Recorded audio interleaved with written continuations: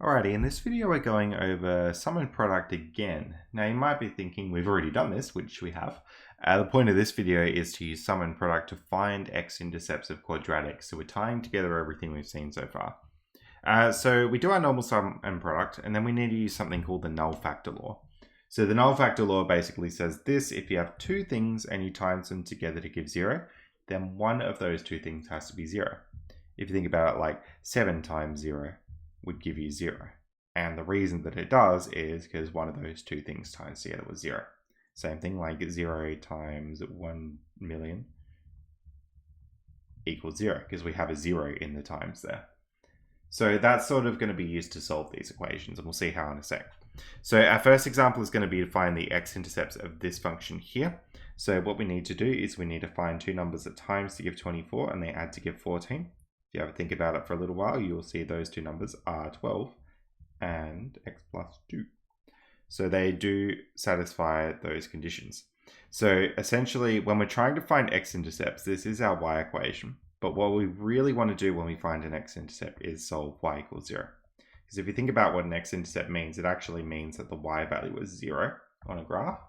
Because as soon as your y value is 0, that means you're along this x-axis. So that's what we're looking for.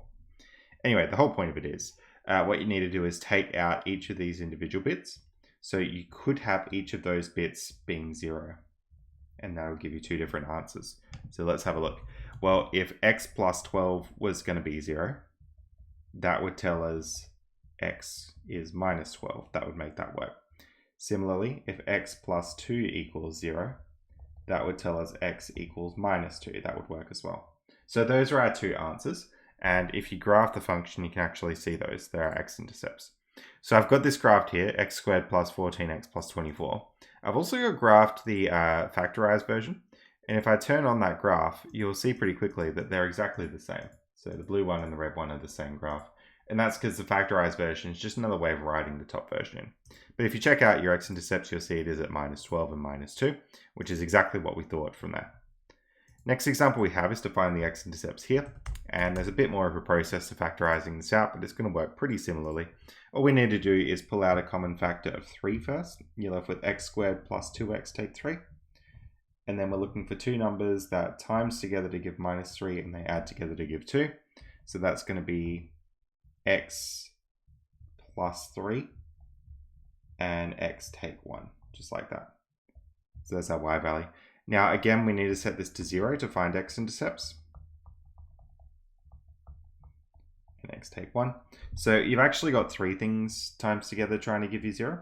So either that thing equals 0, or that thing equals 0, or that thing equals 0. Now, the first thing can't be 0 because, well, the first thing is literally just 3, and 3 is 3, so no, can't be 0. Don't get anything there.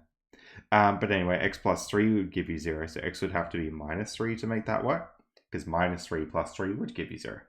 Same thing here, x would have to be positive 1. Now, I'm not sure if you've spotted the pattern yet, but basically just pull off in reverse whatever it is. So if this was x take 1, your answer is plus 1. And if it was x plus 3, your answer is minus 3. So let's have a look at this graph and make sure we're right. So there it is, and you can see our x-intercepts are at minus 3 and positive 1. So that's how we solve a quadratic to find the x-intercepts. Now this will only work if sum and product plays nicely with you, but then we'll see later on how to do it if sum and product doesn't work for you.